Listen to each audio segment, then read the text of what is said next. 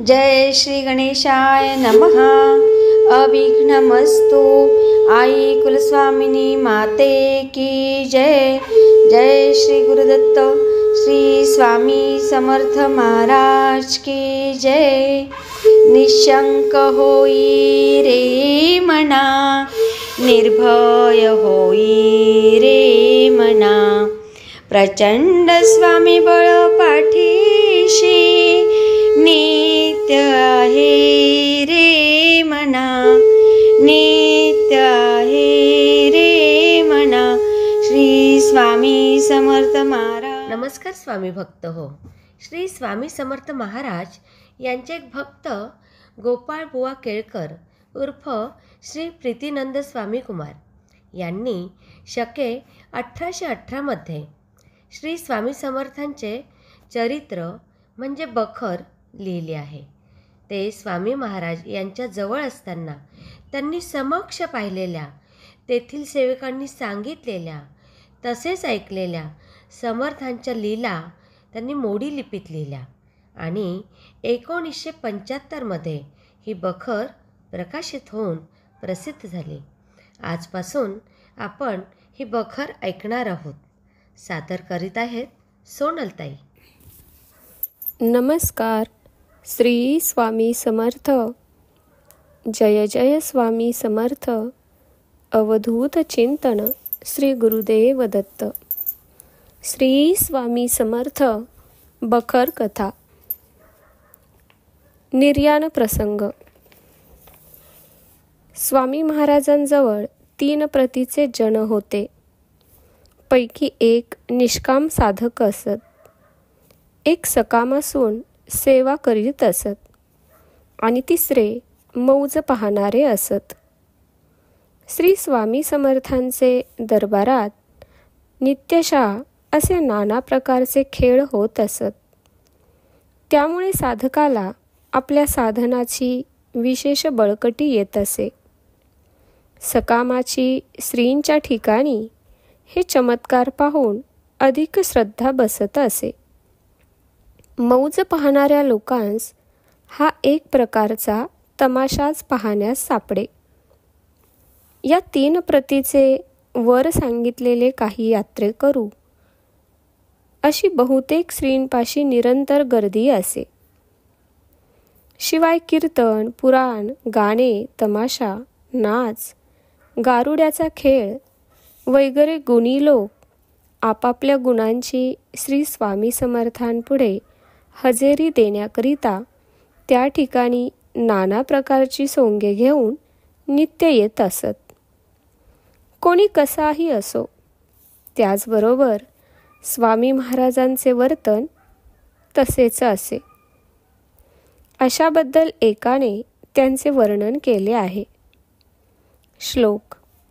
मौने मौनी गुणीषु, गुणवान पंडिते पंडितो वा, दिने दिन सुखिनी, सुखवान भोगिनी प्राप्त भोग, मूर्खे मूर्खा युवतीषु, युवा वाग्मानी प्रौढ वाग्मी, धन्य कोपी त्रिभुवन जयी, योग अवधूते अवधूत।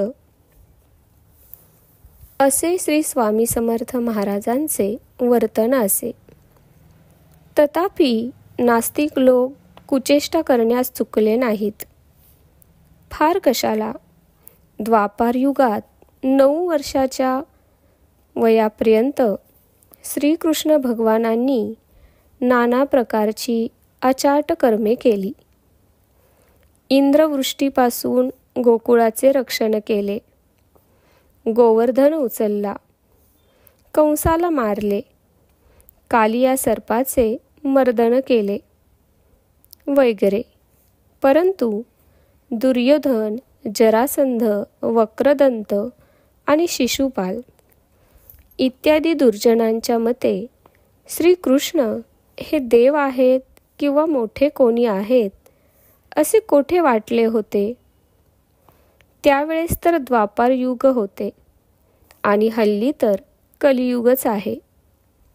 यात शास्त्रमानाने दुर्जनांचा मोठाच भरणा आहे।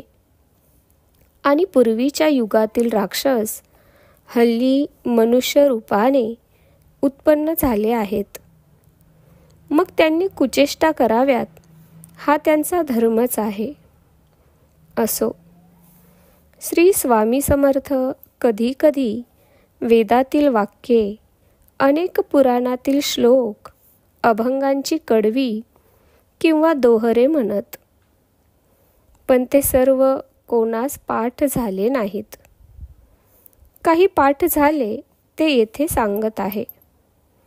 ध्यानमूल गुरोमूर्ती, पूजामूलम गुरोपदम, मंत्रमूलम गुरुर्वाक्य, मोक्षमूलम गुरोकृपा, कार्तिके कृत्तियोगाये ये कुर्यात्स स्वामी दर्शनम, सप्तजन्म भवेद्वीपो धनाढ्यो वेदपारग, मूले ब्रह्मा मध्ये विष्णू, शाखायांच महेश्वर, पत्रे पत्रे तु देवाच, वृक्षराजाय ते नमः, काशी क्षेत्रे निवासोय जान्हवी चरणोदकम, गुरुर्विश्वेश्वरा साक्षात्तारकम ब्रह्मनिश्चितम, श्रुती स्मृतीनम वक्तव्ये केवल गुरुसेवनम, ते वै संन्यासिनः प्रोक्ते इतरे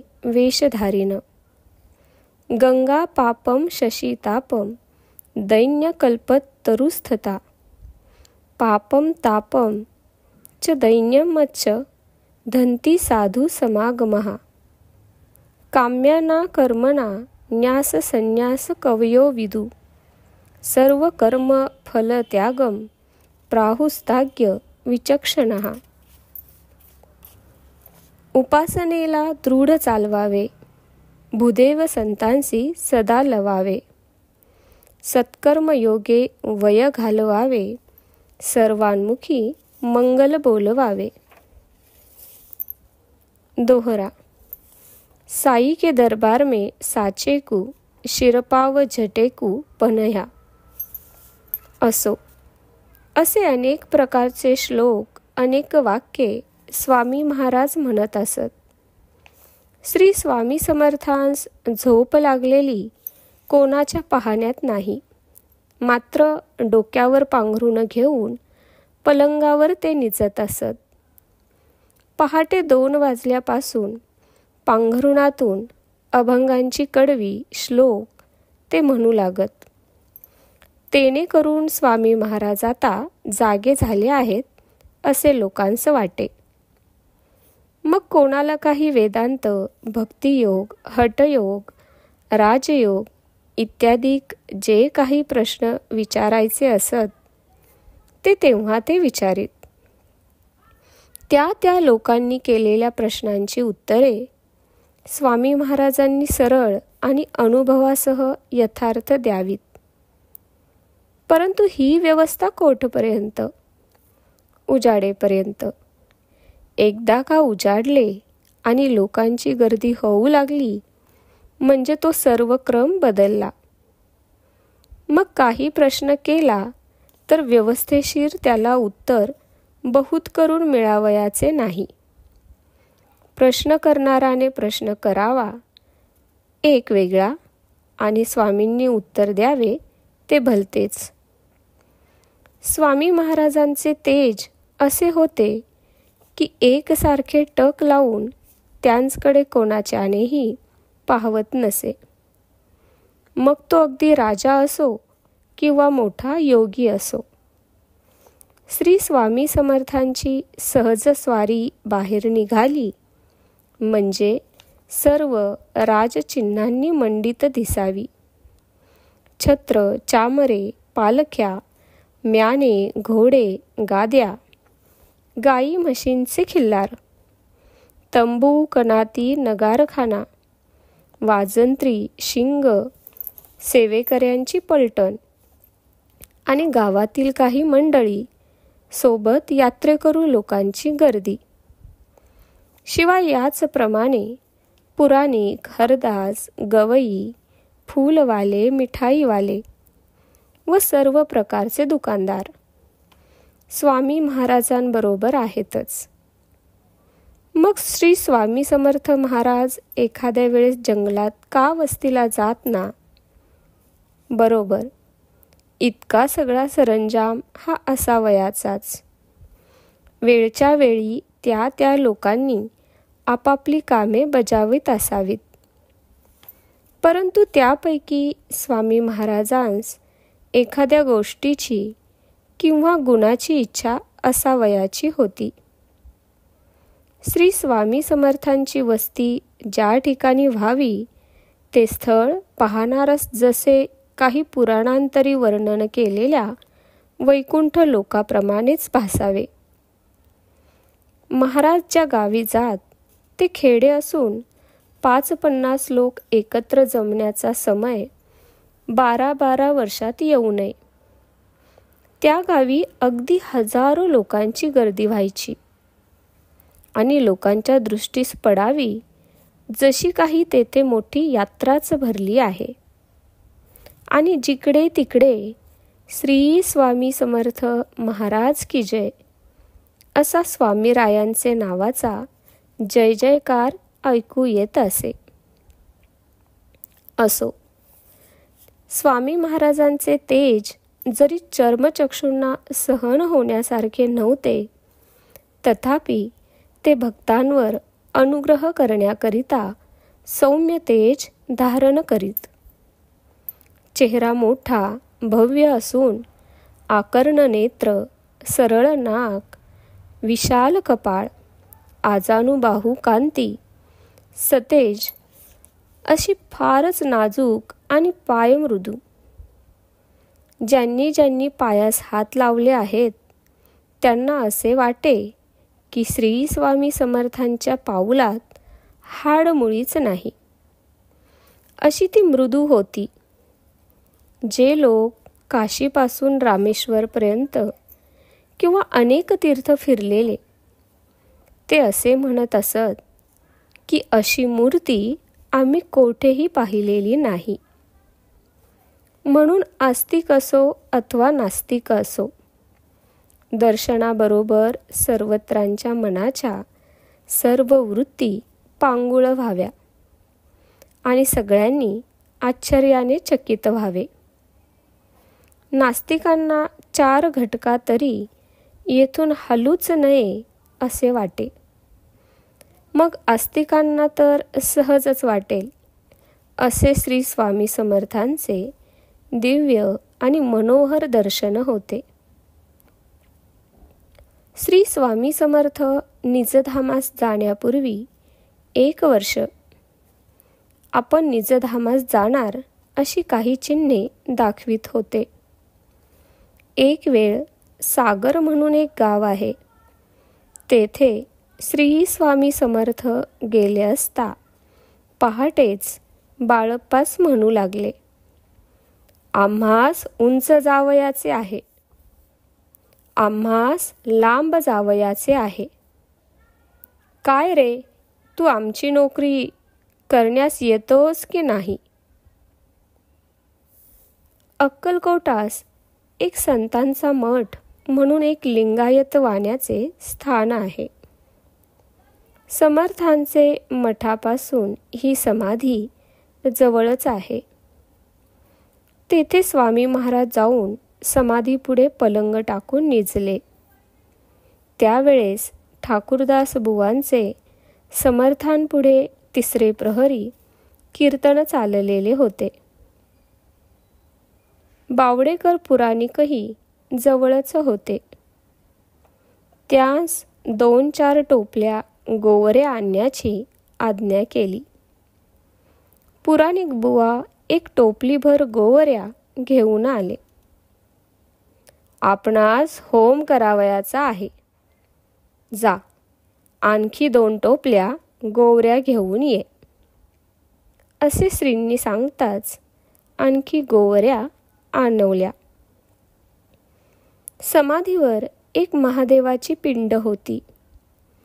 तीजवर सेवेकऱ्यांकडून महाराजांनी त्या गोवऱ्या रचविल्या व तूप आणण्यास सांगितले. सेवेकऱ्यांनी एक मनभर तूप आणले. खारका, नारळ, सुपारी, पेढे, बर्फी वगैरे बरेचसे जिन्नस महाराजांपुढे येत. ते सर्व त्यात घालण्यास सांगत. वरचेवर तूप घालण्यास आज्ञा होत असे आणि त्याला अग्नी लावला. त्या दिवशी स्वामी महाराजांनी निश्चक्र उपोषण केले. आपल्या गुरुची समाधी जाळतात ही वार्ता ऐकून त्या लिंगायताची सुमारे 25 शिष्यमंडळी महाराजांस शासन करावे आणि गोवऱ्या वगैरे उडवून टाकाव्यात या हेतूने तेथे आली. परंतु स्वामी महाराजांची किती अद्भुत शक्ती आहे ते पहा. श्रींचे तोंडाकडे पाहताच त्यांच्या तोंडातून एक शब्दही बाहेर येईना. अगर स्वामी महाराजांकडे एकसारखेही पाहावेना. तेव्हा ते सर्व परत गेले. उजाडल्यावर राख काढून पिंडी धुवून टाकण्यास भुजंगास सांगितले. त्याने तसे केले. तो पूर्वीपेक्षा दैदिप्यमान ती सतेज पिंडी दिसू लागली. 5 प्रहर एकसारखी पिंडी जळत असता तिचे तुकडे तुकडे व्हावेत. परंतु श्री स्वामी समर्थांची लीलाच अगाध आणि अगम्य आहे. असो, अशा प्रकारची काही चिन्हे स्वामी महाराज दाखवीत, परंतु ती लोकांस कळत नसत.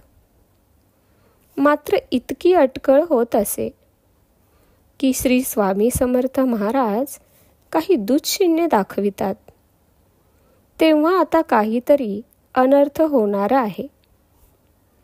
परंतु ते पक्के कोणते आणि काय हे कोणाचेही लक्षात येत नसे. हे सारे ईश्वरी संकेत. पामर मानवांना ते काय कळणार आहेत. सेवेकरी बिछाना घालावयास लागले म्हणजे महाराज म्हणत, आता आम्हास बिछाण्यावर निजावयाचे नाही. शके 1800 चैत्र शुक्ल 15 या रोजी स्वामी महाराजांना थोडा ताप आला व पहाटे 5च्या सुमारास थोडा अमांश झाला. तेव्हापासून महाराजांचे खाण्यात थोडा फरक पडला. बाकी स्नान, बोलणे, चालणे यात काही फरक नव्हता. स्नान करू नये असे महाराजांस कोणी म्हणाले तर त्याला लगेच उत्तर मिळे, मी मेलो तर तुझ्या बापाचे काय गेले. अक्कलकोटचे डॉक्टर वैद्य, सोलापूरचे डॉक्टर वैद्य सारेजण येऊन नाडी पाहू लागले. म्हणजे महाराजांनी म्हणावे, आपल्या बापाची नाडी पहा. बाह्य तेजावरून स्वामी महाराजांस इजा आहे असे कोणासही वाटत नसे. रा नारायणराव बर्वे न्यायाधीश, रा बाबूराव मामलेदार व इतर प्रमुख मंडळींनी महाराजांकडून दानधर्म करविला. महाराजांस लोक इतर मनुष्यांप्रमाणेच मानित. श्री स्वामी समर्थांस पाप पुण्याचा लवलेश नसता लोक सांगत तसेच आचरण करीत. रामाचार्य अवधानी यांस बोलावून आणून महाराजांस प्रायचित्त दिले. असो, चैत्र वंद्य 13 रोजी 2 प्रहर पावेतो काही विपरीत गोष्ट घडून येईल असे कोणाला वाटले नाही. मात्र 1 वाजण्याचे सुमारास गाई, वासरे, बैल, घोडी महाराजांची म्हणून जी जनावरे बाळगली होती ती महाराजांनी आपल्यापुढे आणण्यास सांगितली. तेव्हा मात्र सेवेकऱ्यांचा धीर सुटला. आज्ञेप्रमाणे ती सर्व जनावरे पुढे आणून उभी केली. जितके नैवेद्य स्वामी महाराजांस त्या दिवशी आले होते तितके सर्व त्या जनावरांस खाऊ घातले आणि आपली सर्व वस्त्रे महाराजांनी त्या जनावरांचे अंगावर घालण्यास सांगितली.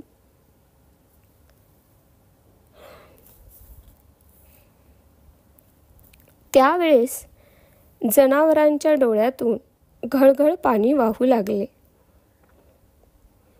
मग त्यांना काय समजले असेल कोण जाणे.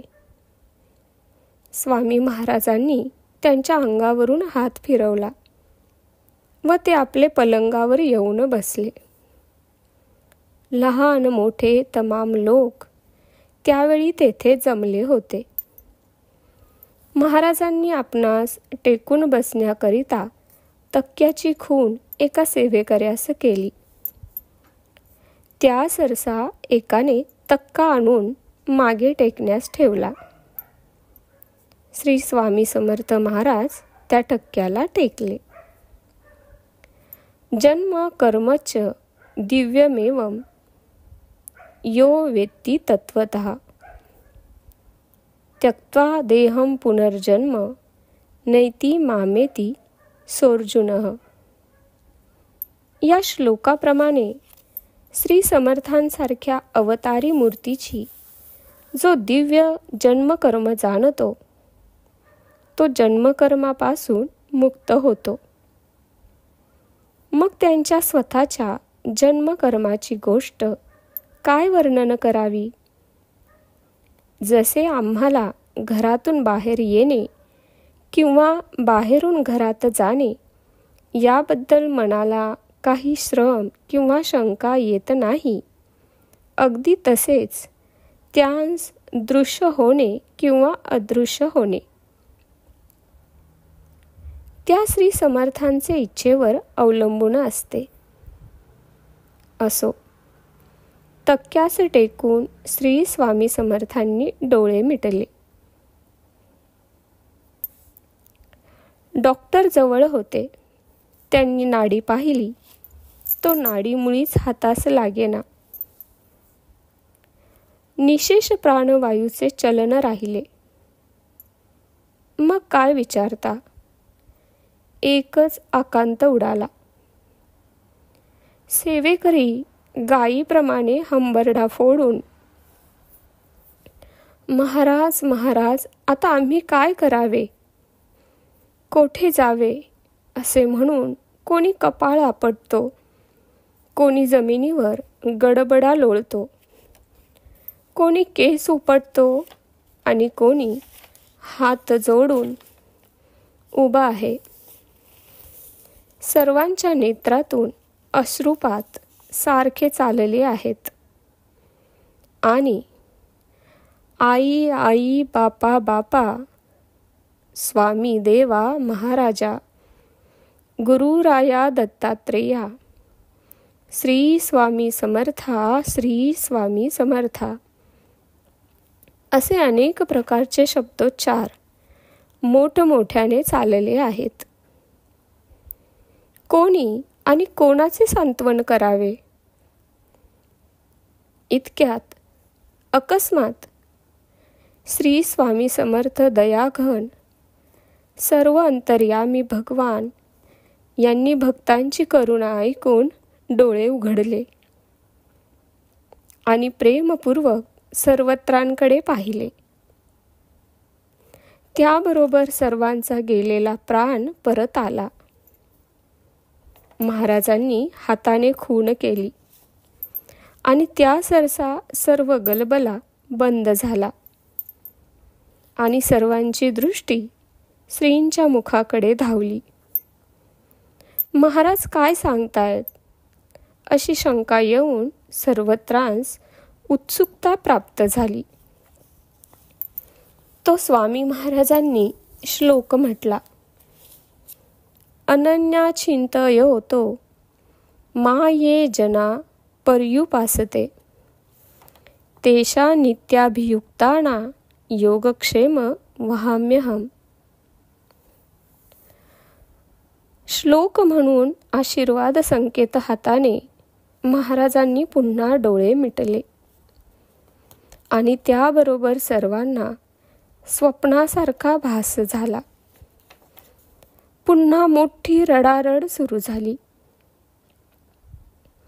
महाराज आपला अवतार संपविणार असे कोणालाही कधीही वाटले नव्हते. जिकडे तिकडे अक्कलकोटभर ही बातमी पसरली आणि तशी तशी लोकांची गर्दी वाढत चालली. कोणासही घरादाराची शुद्ध राहिली नाही आणि महाराज महाराज, स्वामी स्वामी अशा अक्राळ विक्राळ हाकांनी सर्व अक्कलकोट दणाणून गेले. सर्वांना वाटले आपला प्राण गेला. असे होऊन ज्या ठिकाणी श्री स्वामी समर्थांची स्वारी होती तिकडे सर्वजण धाव घेऊ लागले. तो देखावा असा काही झाला होता की सर्व लोक त्यावेळी स्वामी रूप बनले होते. सर्वांना दुःख विषय एकच होता. मग कोणी कोणाचे आणि कसे सांत्वन करावे? त्या तप्त कांचनवत तेजपुंज श्री समर्थांच्या देहाकडे पाहताच सजीवपणाचा भास होऊन पुन्हा स्वामी महाराज उठून रोजच्या प्रमाणे बोलतील अशा आशेने कित्येक लोक श्रींच्या तोंडाकडे भिरी भिरी पाहून त्यांची मनही चळवळ होते. कोणी अंगावरून हात फिरवीत, परंतु काय ईश्वरी माया, ही किती अघटित. शेवटचा श्रींच्या मुखातून अनन्य चिंतयंतो माम हा उपदेश देऊन श्री स्वामी महाराज निजानंदी निमग्न झाले. 2-4 घटकेच्या अवकाशात बाहेर रामासुतार वगैरे यांनी लाकडाचे विमान तयार करून केळीचे खांब फुलांच्या माळांनी सुशोभित केले. प्रमुख मंडळींनी येऊन सर्व तयारी केली.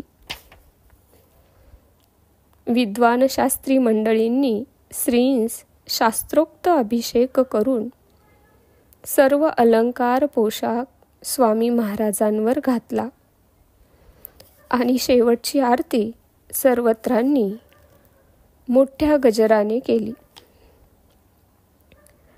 त्या देखाव्याचे वर्णन करण्यास प्रत्यक्ष सरस्वतीने लेखणी हातात धरली पाहिजे. हा आतील समारंभ आटोपतो आहे तो बाहेर स्वारींची कडेकोट तयारी झाली.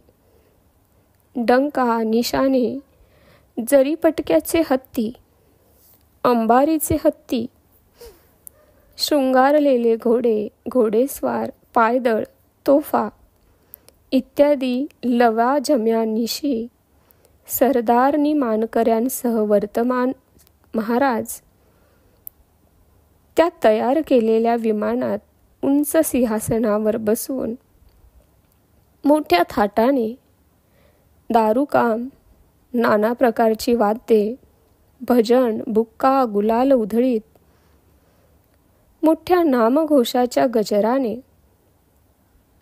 स्वारी बुधवार पेठेत चोळप्पाच्या घरानजीक पूर्वीच समाधी बांधून वर पादुकांची स्थापना करून पादुकांच्या खाली बसण्यास पाषाणाची गुहा तयार केली होती. तेथे नेऊन समाधीचे द्वार उघडून श्री स्वामी समर्थांस अलंकारासह आत बसविले. वेदोक्त पूजा करून पुन्हा आरती केली आणि समाधीचे द्वार बंद केले. या कृत्यास 4 घटका रात्र झाली, परंतु महाराजांच्या चेहऱ्यात काडी इतकाही फरक पडला नाही. असो, त्या दिवशी सर्व अक्कलकोटास उदासीनता प्राप्त झाली. जिकडे तिकडे बाहेर तारायंत्राद्वारे टपाल मार्गे बातमी गेली. स्वामीरायांचे पुष्कळ भक्त पुष्कळ ठिकाणी होते. त्यांना किती दुःख झाले असेल याचा विचार वाचकांनीच करावा. असो, त्या भक्तांपैकी कोणी उपोषणे करीत बसले, कोणी सर्व संग परित्याग केला, कोणी तीर्थ हिंडण्यास लागले. असे उदास होऊन श्री स्वामी समर्थ प्रत्यक्ष भेटतात किंवा काही दृष्टांताने सांगतात याची सर्वजण वाट पाहत राहिले. असे आमच्या ऐकण्यात आहे. असो, ज्यांची जशी सेवा श्री स्वामीरायांच्या दरबारात झाली तशी त्यांना फलेही प्राप्त झाली. मिळून हा त्रिगुणात्मक अवतार केवळ लोक तारण्याकरिता झालेला होता. म्हणूनच त्यांच्या नावाचा जय जयकार करीत हे चरित्र लिहिणारा मी त्यांच्या कृपेने आता आटपीत आहे. अनंत कोटी ब्रह्मांड नायक राजाधिराज योगीराज श्री स्वामी समर्थ महाराज की जय. श्री स्वामी समर्थ महाराज की जय. ओम श्री गुरुदेव दत्त. श्री स्वामी समर्थ अर्पणमस्तु. हे चरित्र गोपाळबुवा केळकर राहणार मठ चिपळूण यांनी लिहिले आहे. मिती कार्तिक शुक्ल 2 रोज शनिवार शके 1818. विरोधी नाम संवत्सरे. राजाधिराज योगीराज श्री स्वामी समर्थ महाराज की जय. अशा प्रकारे आज ही श्री स्वामी समर्थ बखर कथा संपूर्ण झालेली आहे. श्री स्वामी समर्थ. जय जय स्वामी समर्थ. अवधूत चिंतन. श्री गुरुदेव दत्त. धन्यवाद.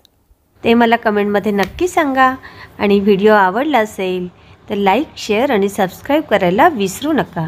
आणि हो, तुमचेही असेच काही अनुभव असतील तर ह्या दिलेल्या नंबरवर रात्री 9 ते 10 ह्या वेळेमध्ये तुम्ही शेअर करू शकता.